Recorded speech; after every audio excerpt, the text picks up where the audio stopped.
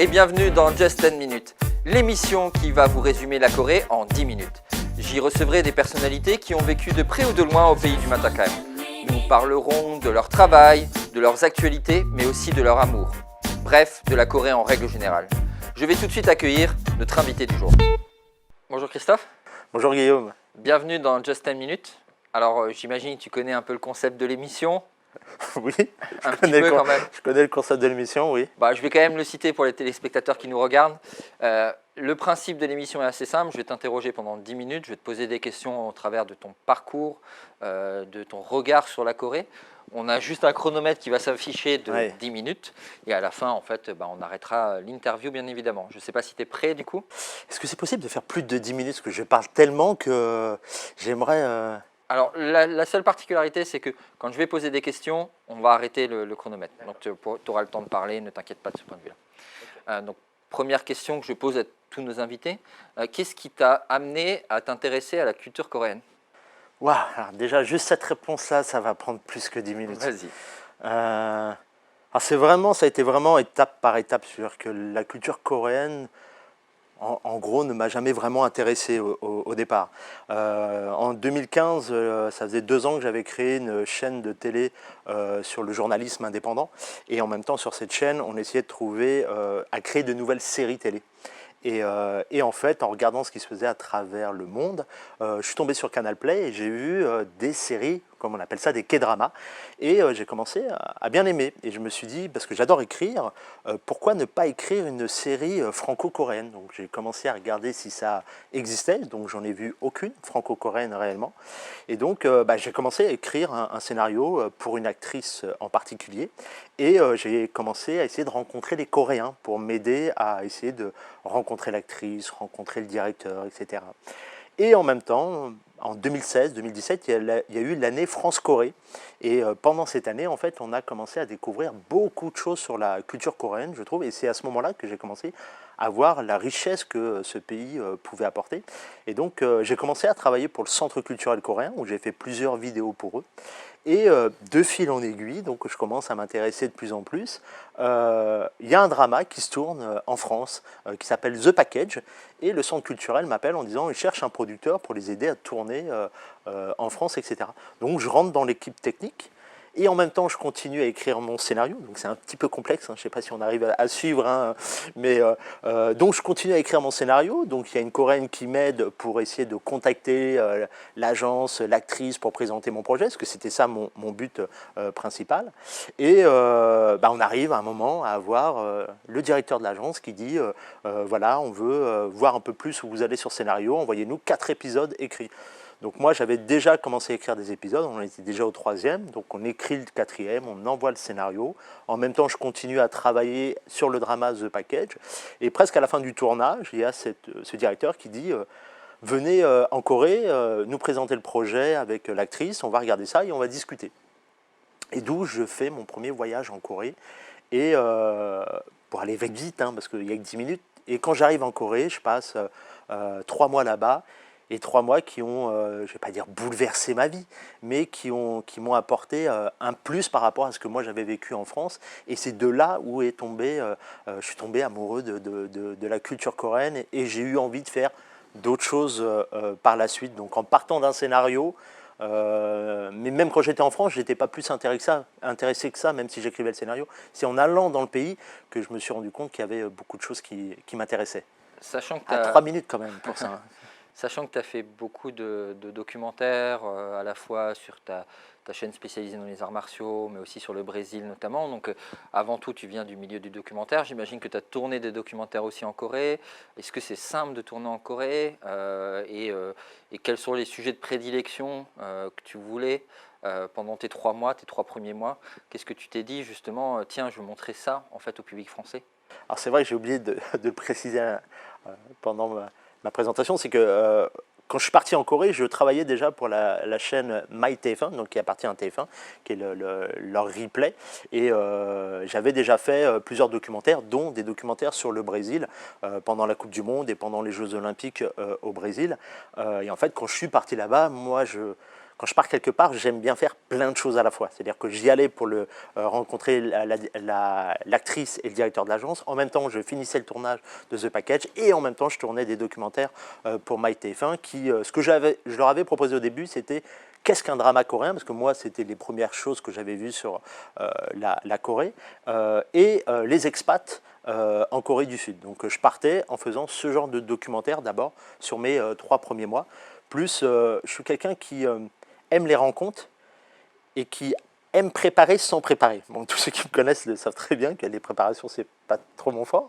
Et en fait, ce que j'aime aller dans un pays, c'est d'y aller et de se dire, bah, tiens, qu'est-ce que je peux rencontrer? Donc j'avais 3 personnes qui venaient avec moi dans mon équipe et plusieurs caméras. Et on s'est dit, on fait déjà ça pour MyTF1 et en même temps, on va voir ce qui se présente à nous et on va à la rencontre des gens.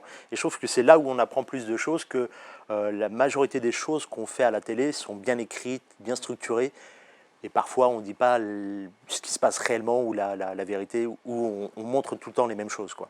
Et justement, est-ce que c'est facile, toi qui connais un peu le documentaire, est-ce que c'est facile justement de rentrer en contact avec les Coréens? Est-ce que tu as trouvé ça compliqué? Je pense qu'en plus, il y a la barrière de la langue. Tu as un t-shirt qui dit que tu ne parles pas coréen, effectivement, c'est inscrit. Mais du coup, est-ce que c'est facile ou compliqué de rentrer en contact avec les Coréens en règle générale? Moi, je pense que ça va dépendre de toi. En fait, si tu es quelqu'un d'un peu réservé, si tu es quelqu'un d'introverti, etc., bah, tu n'y arriveras jamais. C'est-à-dire que moi, je suis quelqu'un, comme c'est marqué, qui ne parle pas coréen, mais qui ne parle pas anglais non plus. Donc on pourrait se dire, ouah, mec, bah, vas-y, reste chez toi. Moi, j'ai peur de rien. C'est-à-dire que j'ai pas peur d'aller voir les gens, j'ai pas peur de parler avec les gens. Et c'est ce qui est un peu ma force, parce que j'avais emmené avec moi une Coréenne qui parlait coréen et français, son petit copain qui parlait coréen et français, qui était là en fait pour mettre en place les rendez-vous, et je leur disais, tiens, faites ça, faites ci. Et à un moment, on est sur la grande place à Séoul, et je vois 2 jeunes adolescentes habillées en bok, etc. Et je trouvais ça super sympa. Je dis, bah tiens, on va les interviewer, ça pourrait être sympathique de savoir. Donc là, je demande à la Coréenne et aux Français qui parlent coréen, allez les voir et demandez-leur. Et eux, ils étaient gênés, parce que bah, on va pas aller voir les gens comme ça, c'est compliqué de déranger, ils font des photos. Je dis, mais vous y allez tranquillement, calmement, et vous demandez. Et ils n'ont pas voulu. Donc moi, j'y suis allé. Bon, j'avais une caméra à la main pour pas faire un peu bizarroïde. Et j'y vais, et je leur demande, avec un anglais pourri, etc., en faisant des gestes, viens, filmer, etc. Et puis ils sont venus. Et je pense qu'en Corée, rien n'est compliqué si tu te donnes la peine de le faire. Maintenant, oui, il y a des choses, si tu veux, des choses un peu plus... l'interview du président coréen, là, évidemment, là, je vais te dire, ça va être compliqué. Oui. Mais voilà, si tu as envie de faire des reportages, des documentaires, pour moi, rien n'est compliqué. Et au contraire, je trouve que les Coréens sont très ouverts. Alors, il y en a, évidemment, où tu vas tomber, ils ne vont pas vouloir discuter ou faire une interview, mais dans la généralité, pour moi, ils sont très, très ouverts. Et qu'est-ce qui t'a marqué le plus durant tous tes voyages que tu as pu faire, parce que tu n'en as pas fait qu'un seul, mais qu'est-ce qui t'a marqué le plus au niveau de la culture coréenne, du regard aussi face à la caméra que tu peux pratiquer au travers de ton travail? Qu'est-ce qui t'a un peu plus marqué comparativement à la culture française ou à d'autres pays? Est-ce que le chronomètre, on peut mettre en lecture quand tu poses ta question et moi on pose? Non. Non, c'est pas possible. Qu'est-ce qui m'a marqué? Il y a tellement de choses qui m'ont marqué, j'ai tellement d'anecdotes en même temps que je ne saurais pas par quoi commencer, mais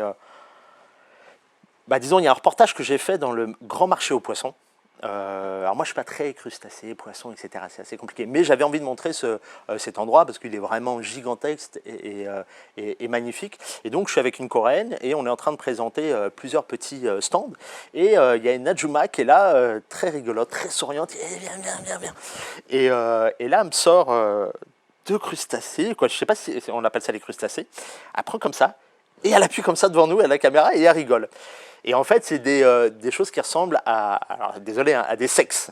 Et en fait, elle rigolait en fait à vouloir nous montrer ça. Et je trouvais que ce côté où on dit que les gens sont un peu coincés quand on voit les dramas, où on ne parle pas de ça. Là, une Najuma qui nous montre ça à l'écran, je dis waouh, elle a osé. Et tout de suite après, elle me dit je vais te donner un truc à manger. Elle prend un poulpe, elle tue le poulpe devant moi, elle enlève un peu les trucs qu'il y a dessus, elle l'entoure dans son doigt. C'est bien avant le Covid, hein, et elle me le met dans la bouche. Et là, moi qui suis déjà pas très poisson, etc. Et là, je suis avec la caméra, avec tout le monde, donc j'essaye de mâcher, etc. Mais tu as les trucs qui partent dans tous les sens. Là, j'entends des gens parler autour de moi, et je comprends pas ce qu'ils disent, et puis je peux pas le finir. Et puis non, non, mais là, c'est pas possible. Si tu le finis pas, c'est pas bon, c'est vis-à-vis d'elle. Bah, dis-lui qu'on a déjà mangé, que je garde pour tout à l'heure, et je le mâche un petit peu, et puis je le mets dans un sac, quoi. Et après, je dis, mais qu'est-ce qu'ils ont dit derrière? Ils ont dit, bah, en fait, ils ont eu peur que tu meurs. Parce qu'en fait, il y a eu des gens comme ça, ah oui, il y a eu des gens comme ça qui sont morts en avalant un poulpe, en fait, et qui étaient bloqués. Donc, c'est des anecdotes un petit peu bizarres, mais voilà, ça, j'ai trouvé ça assez hallucinant, quoi. Et du coup, on sait que tu es fondateur de KFTV. À ton retour de Corée, donc tout ce que tu nous as expliqué, qu'est-ce qui t'a fait dire qu'à un moment ou à un autre, il fallait que tu montes cette plateforme, c'est devenu une évidence pour toi. Pourquoi en fait? Alors j'ai trouvé qu'en revenant de Corée, qu'il y avait tellement de choses qu'on pouvait dire sur la Corée en dehors de ce qu'on a l'habitude de voir sur les chaînes de télévision. Je trouvais que sur les chaînes de télévision, il y a toujours ce côté réducteur sur la Corée. Alors là, ça change un petit peu depuis 2016, je dirais, sur le fait que c'est, bah voilà, quand je discutais avec les chaînes de télé pour faire des documentaires, c'est le taux d'alcoolémie en Corée, le taux de travail des gens, comment dire, le suicide, etc. C'était toujours sur les mêmes choses qui voulaient aller, alors que je trouvais que sur le peu que j'avais déjà vu de ce pays, il y avait pour moi énormément de choses à construire et à faire au niveau de l'audiovisuel. Après, tout seul, il est impossible de faire des choses.